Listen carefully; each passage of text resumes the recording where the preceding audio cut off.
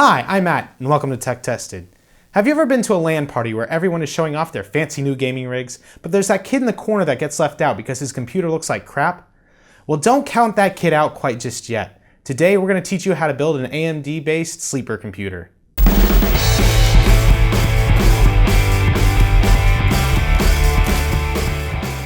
Now, what makes a sleeper computer? Well, obviously, you need some pretty high-end hardware, but what really makes it that extra something special is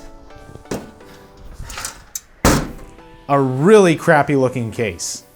Now let's talk specs. At the heart of our computer, we have an 8-core AMD FX processor. Wait, did I just say AMD FX 8-core processor? Didn't I just in the last video explain that that is a terrible option going forward?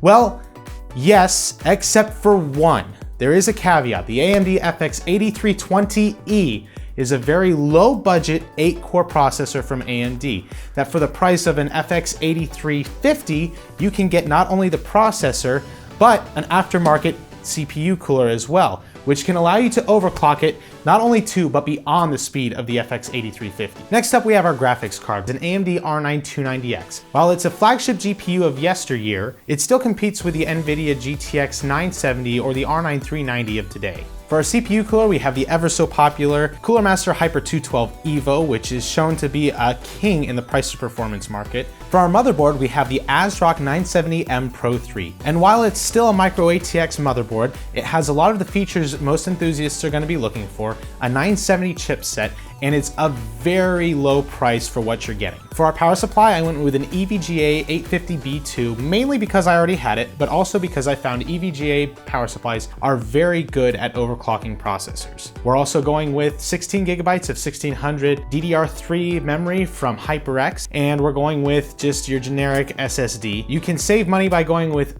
8 gigs of RAM if you want, but I already had the 16 gigs of RAM lying around, so that's what we're gonna be putting in our computer. Now, first step is obviously to disassemble your case, and typically in this situation, when you're dealing with, I would assume, older case because you're going for something that looks a little bit rugged, you're gonna have to do a lot of cleaning in order to get it into a position where you want to use it for your brand new hardware. I got this case from a friend, and honestly, despite the cream colored look, it's really not that bad of a case. It even has cable management options, and it has plenty of fans, albeit only one 120 millimeter fan. As you can see, there's a lot of dust in here, and so we're gonna go ahead and start cleaning that out.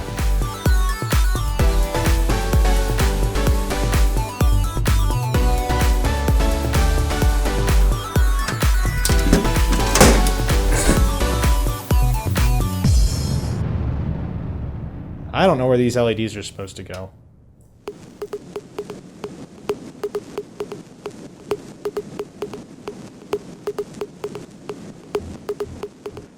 I am removing the fans in order to clean them out.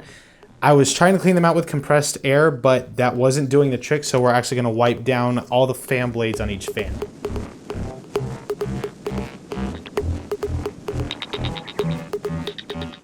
Case is pretty much cleaned out, fans are cleaned off, so we're gonna start installing the fans, and then we're gonna go ahead and start installing the core components of our computer. You also want to make sure, if you're trying to make good cable management, especially in a case that doesn't optimize it, that the fan cables are oriented in a way that makes it easy to hide them. So for example, I am putting this case fan in like this with the cables coming out the bottom left so that they can hide back behind the hard drive cage.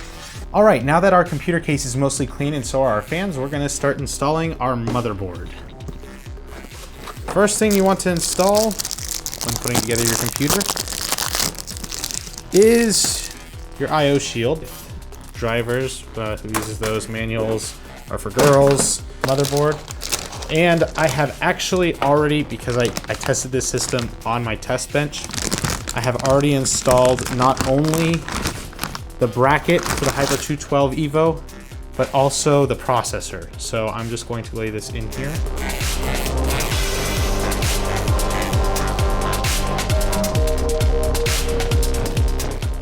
Next, we're going to be installing the power supply. This fan has to come out because it's going to interfere with the power supply, I'm pretty sure.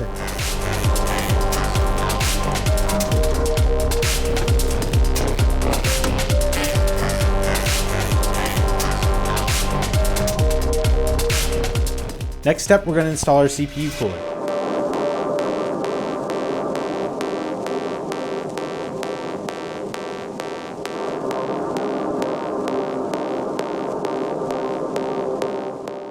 Next, we're going to be installing our AMD R9 290X graphics card.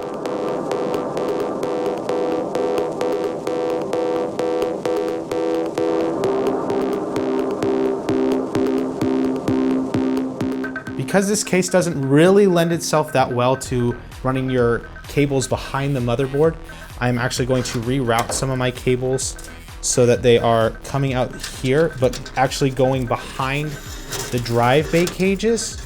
So they're still hidden, but they aren't going to be pinched in any way, and they're going to put the minimal amount of strain on the cables themselves.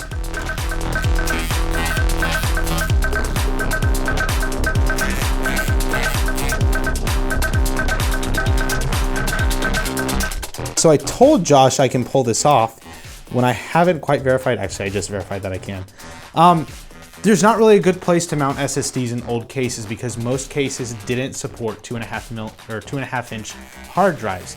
So that leaves us with a little bit of need for ingenuity. Either we can get a drive bay adapter, or what I have done is I have just taken advantage of some of the available slots and screwed in my SSD to the back here. Not only does that hide it, but it actually provides a pretty stable mounting surface for it to use. We are going to attempt to hook up the front panel connectors. Got to route them inside our case. By the way, cable management went surprisingly well, all things considered, if I do say so myself. All right, we're getting ready to put our side panels on. We have finished our cable management. Hopefully the side panel goes off or goes on without too much of a hitch. We do have quite a few cables back here, but it should have quite a bit of space to work with too, maybe. Might be one of those added pressure kind of situations. And there you have it. This is our AMD-based sleeper computer. You can take this to a LAN party without turning any heads, but it sure packs quite a punch. This is also not the only time you're gonna see this computer. Not only is this gonna be my primary computer in the future, but we're going to be doing various other videos, primarily focusing on overclocking, the performance gains from overclocking. We're going to be doing another sleeper component, which we haven't disclosed yet. You'll see that in the future. We're gonna be doing thermal performance, and we're also gonna be doing some pretty interesting mods to it in the future as well. As always, don't forget to like and subscribe, follow us on Facebook and Twitter, and leave a comment if there's anything you'd like us to cover in the future.